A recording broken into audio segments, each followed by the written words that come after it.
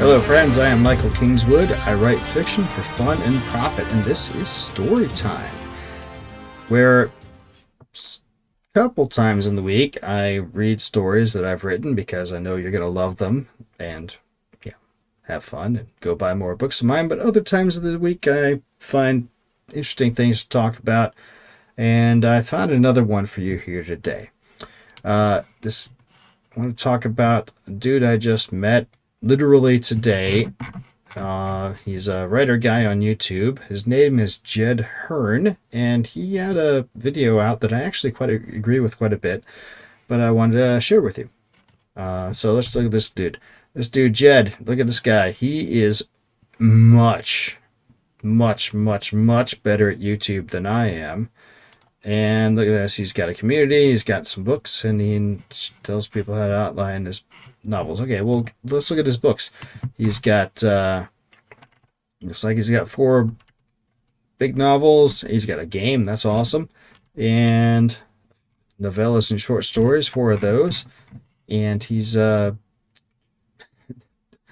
is the worst possible pose I could have caught him in, but it's at the very beginning of his video, so I apologize for that. But I do like and agree with some of the things he said here in this video. It's this 1-minute habit that helped me / him to write 1 million words. And I wanted to share it with you and talk about it because I agree, but I also think maybe there's a couple things also to add, like I usually do. Usually as in the last couple days since I started doing these sorts of things on the channel. Anyway, let's see what Jed's got to say. I wrote over 1,080,000 words of fiction between 2013 and 2024. That's pretty awesome. 9 years, 1,100,000 words, about 100,000 words a year. That's respectable. That's, there are so many writers who, if they write, 10,000 words, they're like, oh God, I worked on those so hard. It's like, really? So, okay, 100,000 words a year. I can't throw shade on that. My best years, I've written a lot more than that. My worst years, I've written a lot less than that. So I can't throw shade. And anyway, this guy's, that's not the purpose of me doing this, to throw shade, because I agree with what he's saying here. So I'm going to shut up and let him get on with it. Sorry. That's over 4,300 pages in total. As you can see by this breakdown here, the vast majority of those words were in the fantasy genre. And thanks to all that writing, I've now published 4 fantasy books, an interactive fantasy novel, and a bunch of short stories as well. And while there have been many habits that have helped me reach this milestone, there's one habit in particular which I would credit with the majority of my success. It's incredibly simple and it only takes me a few seconds to do each day, but it's so insanely effective that sometimes it just tricks my brain into writing even when I don't feel like it. To understand the power of this habit, we first need to understand the psychology behind how to harness effortless motivation as a writer, and the secret here lies in video games. When I was a kid, I loved Pokemon. In fact, the very first story I wrote was a Pokemon fanfiction. I wrote it with my friend because we thought we were going to create the next Pokemon game together. So of course, it was my job to create the novelization tie-in. What's really... That's pretty awesome. I don't think I've shared it here on the channel before, but when I was in junior high, my friend and I decided that we were going to write comic books together, and because we both love the X-Men, and I've actually got it back here in a case behind me here.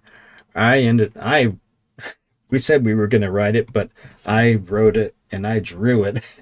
I've got like 2 or 3 like hand-drawn comic books from a teenage boy's hand that we called the bonsais, that I made and stapled together, and I've still got them.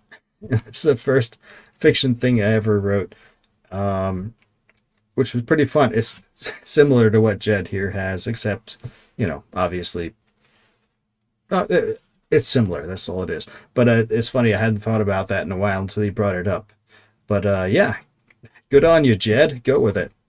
What's really interesting about games like Pokemon is it becomes incredibly fun to do the tedious, boring work of just running back and forth in the long grass, trying to find wild Pokemon so that you can battle them and level up your own creatures. And just repeating that grind over and over again. But why are video games so good at tricking us into enjoying mundane tasks? It's because of the science of gamification. You just get into this immediate reward loop. Every time you defeat a Pokemon, your own creature levels up, you see the stats increase in your stats bar, and you feel this sense of progress rewarding you with a spurt of dopamine. Yet if you... This is true, and this has been used all over the place. So, I don't have a real job anymore. When I first got out of the Navy, I had a real job making big money as a defense contractor, and not doing that anymore. Not a lot of reasons. Doesn't bear going into. But these days, I like to tell people I drive Uber, I write science fiction books, and I play poker, and I make money at all three of them. And this is true. But one thing that Uber doesn't do as much as they do that is anymore, but they used to do a lot, and Lyft did as well, is gamifying the writing thing, where you would have quests. They would set out quests where if you did X number of rides or X number of, not X amount of dollars earned, or what have you, in a certain period of time, you would get a cash bonus. And that was pretty awesome. It's less now because,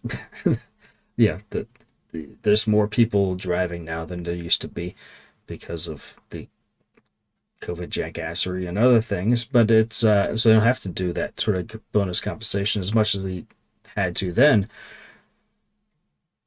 But that's just an example of what he's talking about. Gamification happens there. It happens in other things in the corporate world and other things, and it is a real thing. So he's not wrong about this. Cross over to something like writing a fantasy novel, it can take years before you get to the point of being rewarded for your efforts with something like publication. That is something that for many people takes many, many years to reach that point. Well, that entirely depends on how you do it, right? If you're going to chase after the grail of some New York publisher deeming you worthy and putting you on the shelves or whatever, all right, cool. Well, you could be Charlie Brown trying to cook that football, but most likely that's not going to happen, especially if you're in the wrong demographic. And so, whatever. That could take 20 years working with those dudes. But if you're an independent person doing his own business and doing it properly, it doesn't nearly have to take that long. I mean, maybe he's talking about the time it takes to write a novel. Well, that entirely depends on how much time you actually apply to it.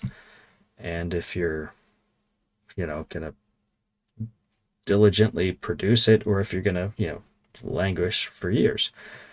I have done both. I have diligently produced books, and I have let books languish. And I'm not going to say it's like it's much better to diligently produce. But the point is, there's a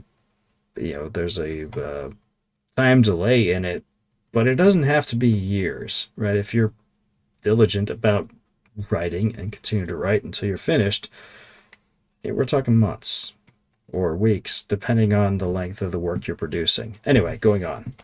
Time horizon when it comes to writing is long. And as a result of that long time horizon, sometimes it can be very difficult to summon motivation for you to write on a daily basis. So how can you trick your brain and give yourself motivation to make it easy for you to be writing? Here's the answer. You want to bring forward the reward of writing as close into the present as you possibly can so that you are developing a much faster reward feedback loop. And that's where the habit that this video is all about comes into play. So here is the habit. Since 2018, I have tracked my daily writing in a spreadsheet. At the end of each day, I note down what project I worked on, how many words I wrote for that project, and how long I spent writing. If I'm doing something like outlining my story or editing, I also track that as well.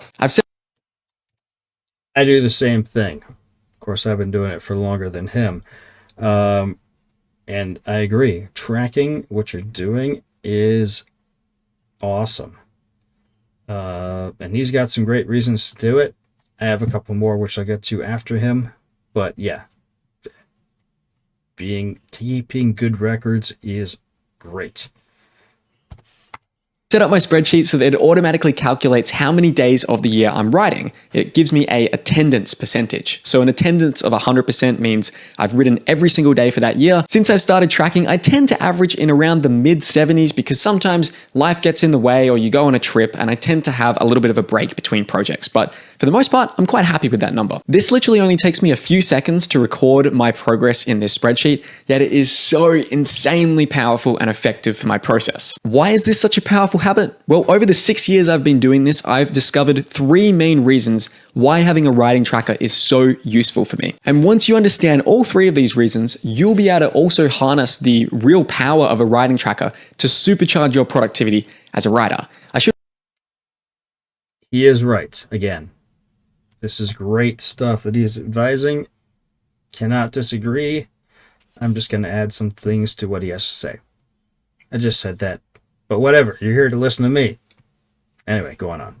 Should also mention, if you want the exact writing tracker that I've developed and refined and tested over 6 years, I've linked to it in the description down below. I've also given this tracker to many of the writers I've worked with in my coaching programs, and I've always seen it make major improvements to their productivity and to their writing efficiency. Now, the first reason why a writing tracker is so powerful is what I call the Seinfeld rule. Jerry Seinfeld once told a young stand-up comedian to get a big wall calendar, and every day that he wrote to mark that day with a red cross on this calendar. Here's why Seinfeld said this was so useful. After a few days, you'll have a chain. Just keep at it and the chain will grow longer every day. You'll like seeing that chain, especially when you get a few weeks under your belt. Your only job is to not break the chain. You might... Yep, 100%. Oh, shit, sorry. What the heck just happened? Oh, I hit a weird button on the browser and I lost track of what was going on. Sorry. Anyway, yes, he's right.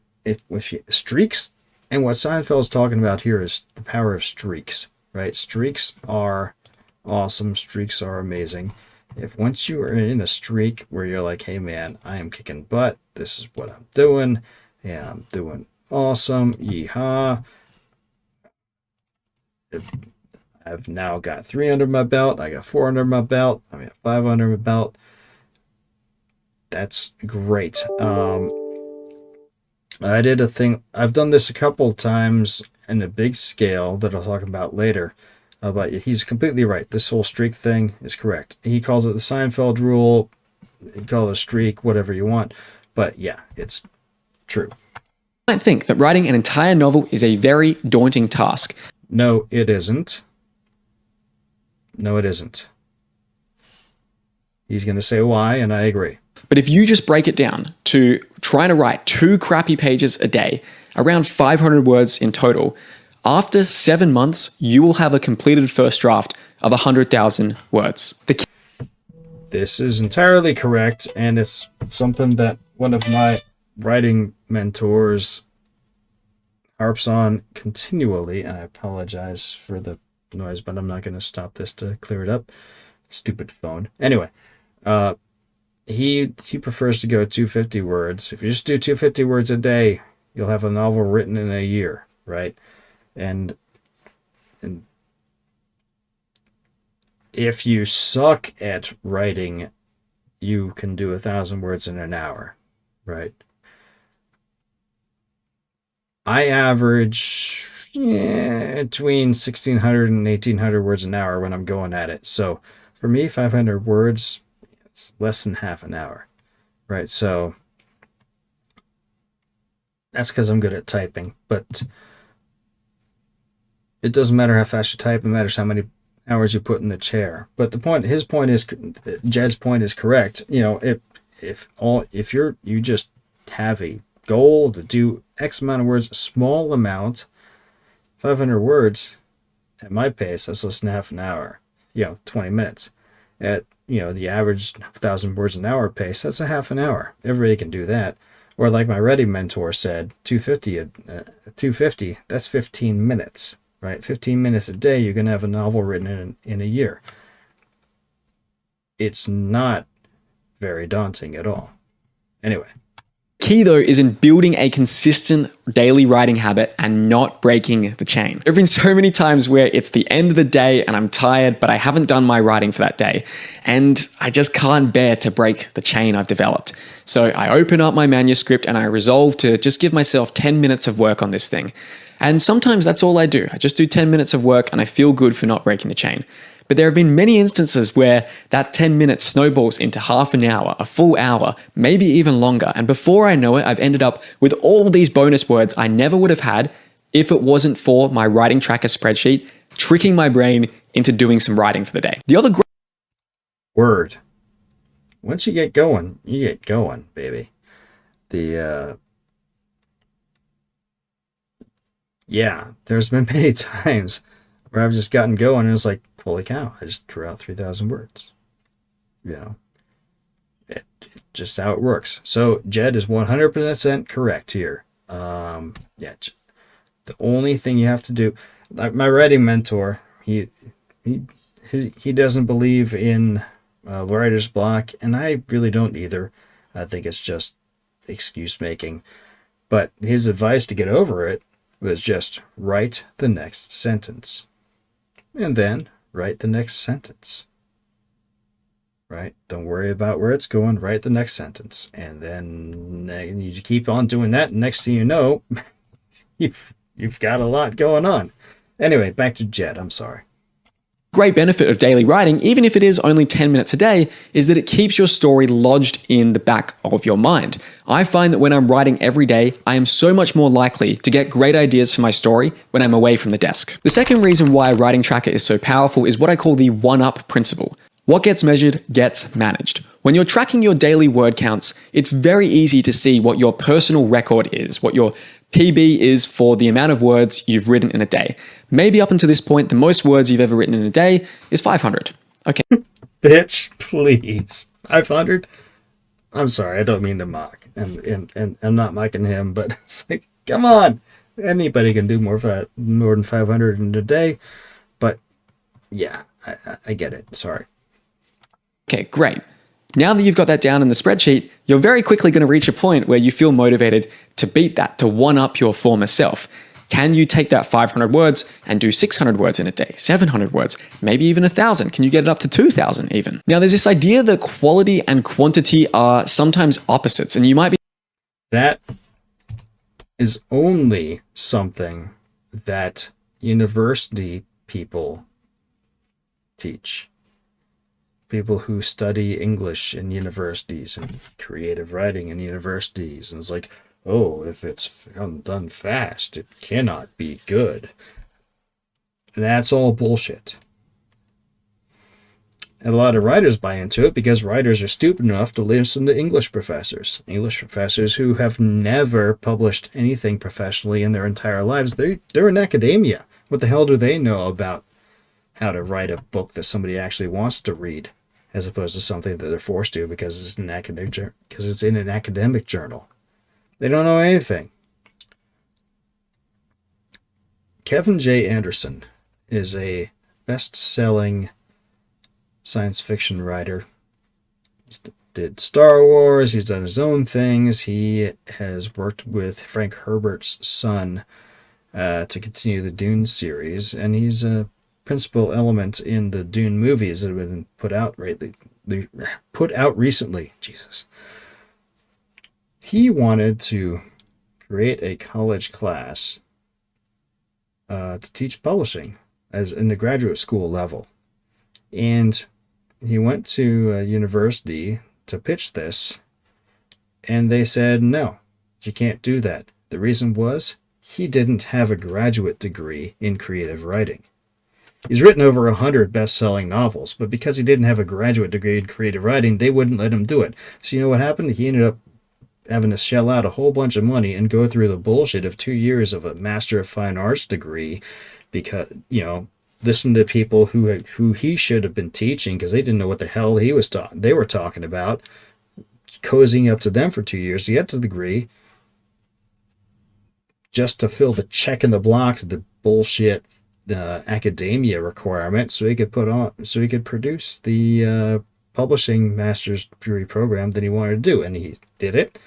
And God bless him for going through all that jackassery to do it, and it's going great, and he's kicking butt with it, and people are learning from him. But this is what I'm talking about. This is the mindset, and that, I mean, no, I'm not putting shade on Jed here.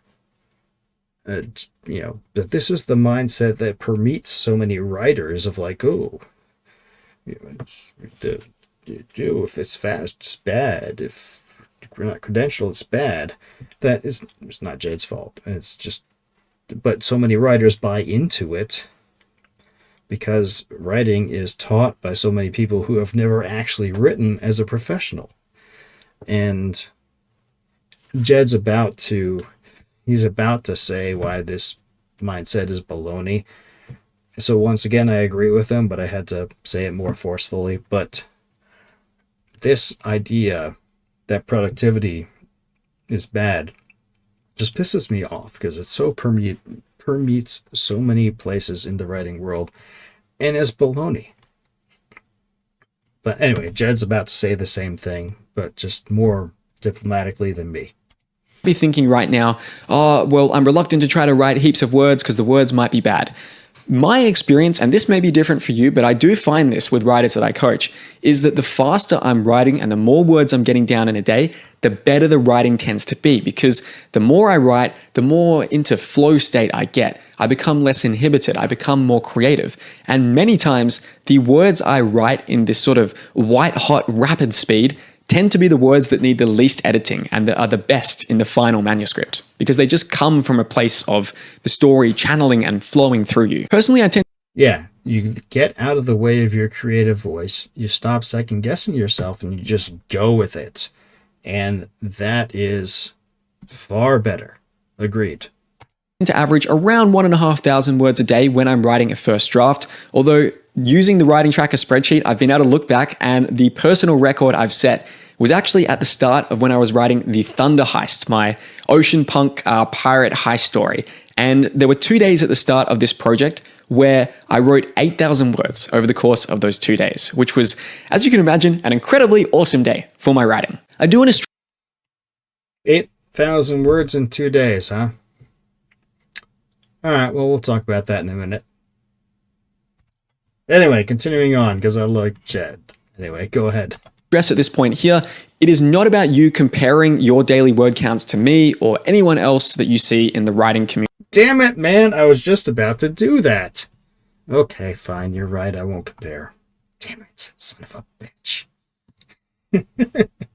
It is simply about using the writing tracker to try to improve on your former self, even if that is only by a couple of words every day. Which brings me to the third reason why a writing tracker is so powerful, and maybe this is the best reason to be using a writing tracker if you're not already convinced. I call this the belief booster. You do not gain confidence by shouting affirmations at yourself. You gain confidence by having an undeniable stack of proof that you are what you say you are. Every single day that you fill out your writing tracker, you are reinforcing your identity as a dedicated writer. Over time, this identity solidifies within you to the point where writing just becomes an ingrained and inherent part of your life, something that brings you a tremendous amount of joy and meaning and purpose and fulfillment, and as a result, it feels easy to show up each day and move your story forward. So to those of us committed to the craft of becoming the best storytellers we possibly can, to you I say, keep writing and keep striving. I'll see you in the next video. I concur. Keep writing, keep striving. That's a good motto. And if you haven't subscribed to Jed, you really should. But I did say there was a couple things I think he left out about the spreadsheet that bear talking about, and that's true. And it comes more from the business side of things than what he's talking about. So I'm going to pull up a spreadsheet from my 2023 project where I I decided I was going to write 52 short stories in a year. Right, so this is the tabulation of the entire thing, and as you can see, I wrote 61 stories. Well, 59, because anyway, see that year 246,494. But let's look over at one of the tabs that I use. So my head is clearing this out, but you can kind of see what's going on here. And this is what I'm talking about right here. This is the other thing that Jed wasn't thinking about, was cost of labor, right? If you are in this as a business and you're trying to make money, you need to understand what your expenses are so you can figure out if you're making a profit or not, right? So whether you're selling your story to an editor to publish, or publishing it yourself independently, you need to understand what your costs are, right? If, like in that story I just showed you, Midwatch Asylum, if it took me 4 hours to write it, I was relatively slower than normal, 1,233 words an hour. That was 4 hours. Here, let me just put this back here.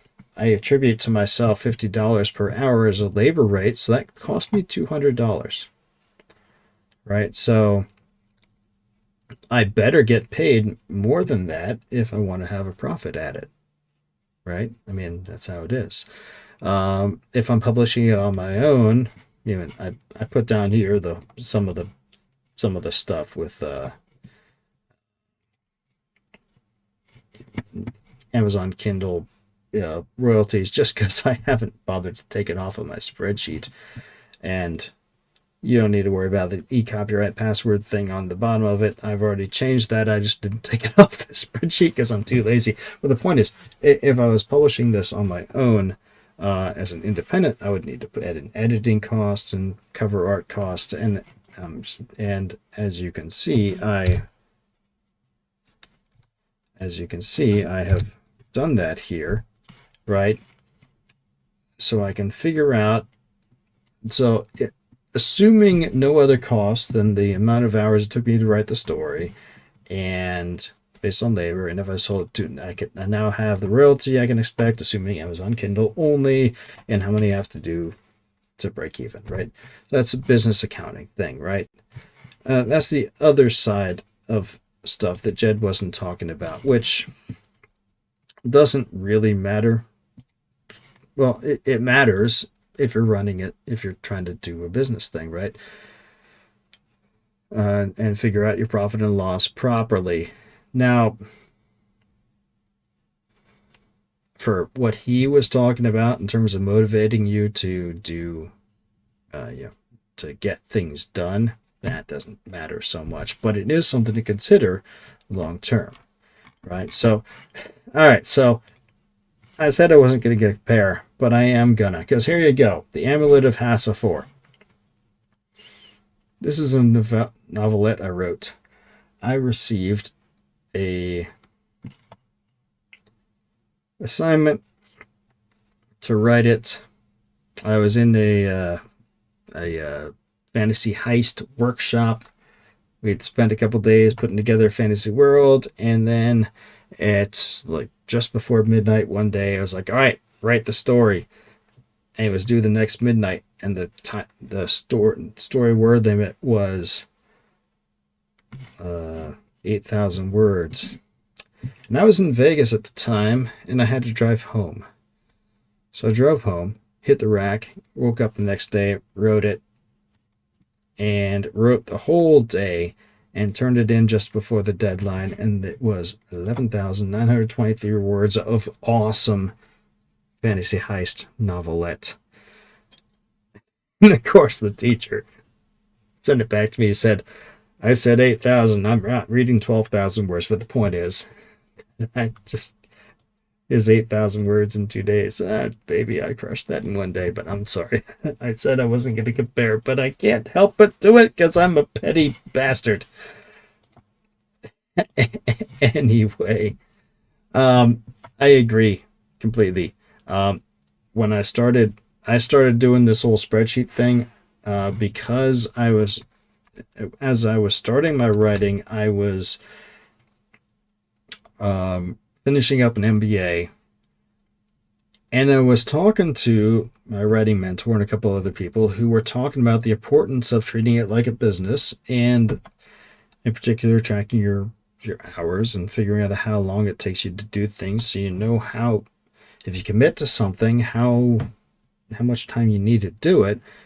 And since I'm an engineer. I studied mechanical engineering, minored in astronomy. I'm a nuclear engineer for the Navy, and I also have an MBA, so I know accounting things a little bit. I'm not a CPA, but I was like, oh, numbers, I'm there, and I just started doing it, right? So, and it wasn't for me a motivation thing to write. It was more of a how to keep track of what I'm doing thing, but it ended up being the same effect, right? So, Jed is 100% correct here, and I endorse his thing entirely. His notion about the spreadsheet entirely. I mean, it's a good deal.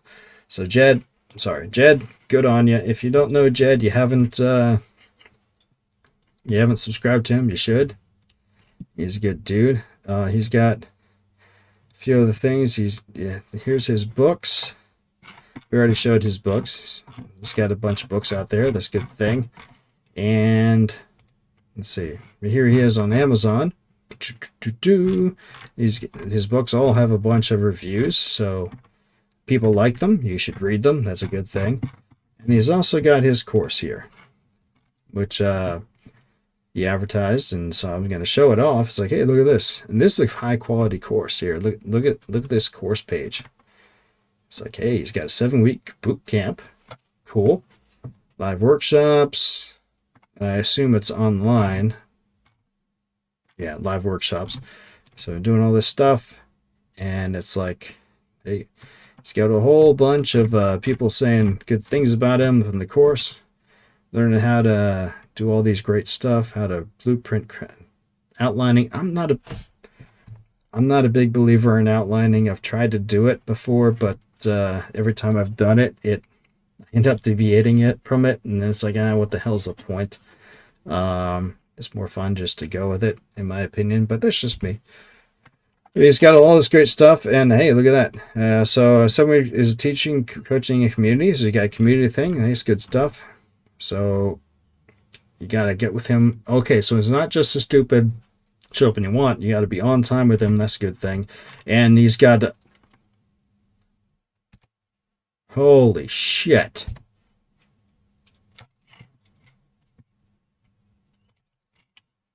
Jed, my man. Jed, I love you. You have 4 books published, and you're charging between $2,700 and $5,400 each for your class. Holy shit! I am in the wrong line of work. You, sir, are the GOAT. Wow.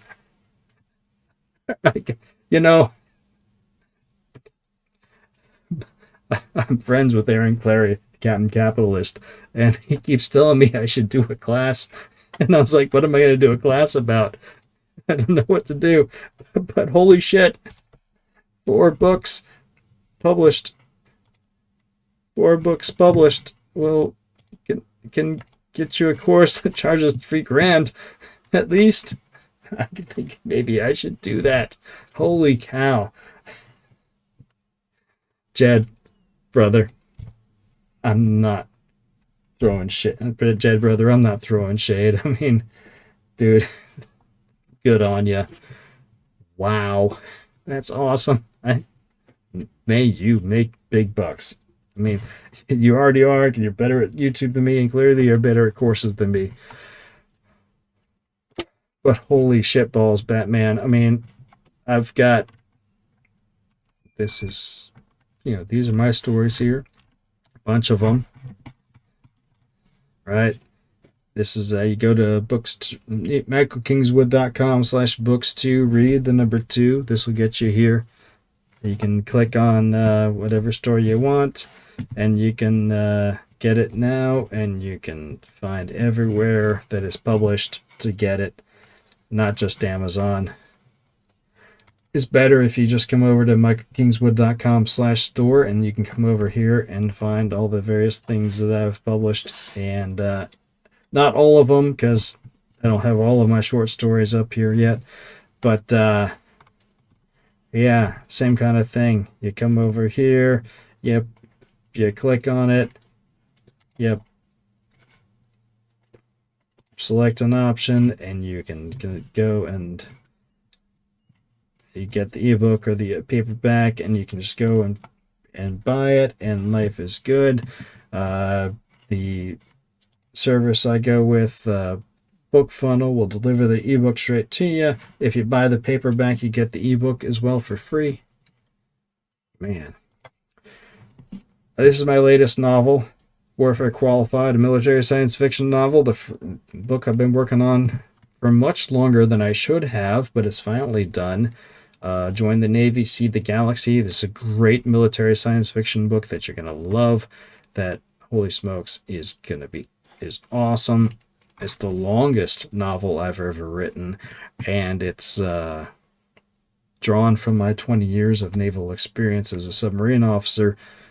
I wasn't just on submarines, I also went to sea on aircraft carriers, and I deployed with the special warfare guys for my final deployment. And as a result, I know a lot about the Navy, so I wrote a Navy book, and I'm going to write more of them. And this is the first novel. I'll have other short stories featuring this Navy setting, and which more will come out over time.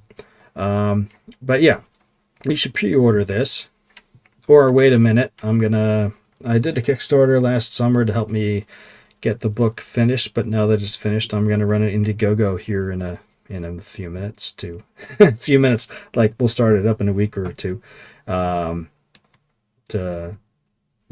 introduce it to the world more appropriately. But if you don't want to join in on that Indiegogo, you can just pre-order this. It comes out June 30th, and life will be good. But anyway, like I said, I was making fun here at the end, not meaning to cast shade on Jed. He seems like a good dude, and in fact, I've watched a couple of his videos, and I agree with him more often than I don't. And I certainly agree with him in this one. He's his spreadsheet thing, 100% primo. Definitely go with that. Keeping track of what you're doing might seem like a drag if you're looking at it the wrong way, but it's also a way of recording your accomplishment, so you can look back and say, yep, I am on track, baby. I have kicking butt. Look at this. I've kicked butt the last little time, and I'm doing awesome. I mean, when I look back at this spreadsheet from 2023, and I see, I didn't put nearly as many hours into it as I should have, 130 hours only, but look at that, almost 1,900 words an hour. And you can do 1,900 words an hour. You know that a 100,000 word novel is whatever. I mean, you can get that done in a month, right? If you spent full time at it. And that's the whole thing, right? Is giving yourself the confidence giving yourself the confidence to know that you can actually accomplish what you want, which is part of what the spreadsheet thing will do. So Jed is 100% correct. I made fun a little bit, but I'm not casting shade.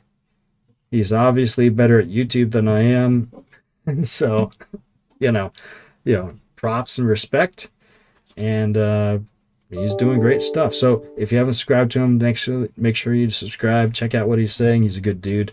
Also, subscribe to me, because even though I'm a little bit of a jackass, I'm also a good dude.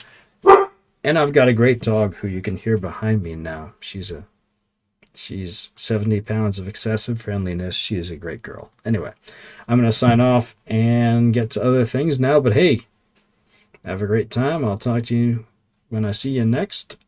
That will be, well, recording this on Tuesday.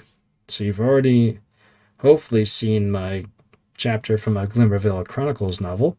So next up is Saturday on Story Saturday, where I read short fiction of mine. So come back then and keep up with the channel, because we're going to try to do stuff as close to daily as I can from now on, because I'm sick and tired of having a channel that nobody sees. So, hey, roll with me. It's going to be a good time. All right, I'm done. Good to see you. I'll talk to you when I see you next. Until then, don't do anything I wouldn't do.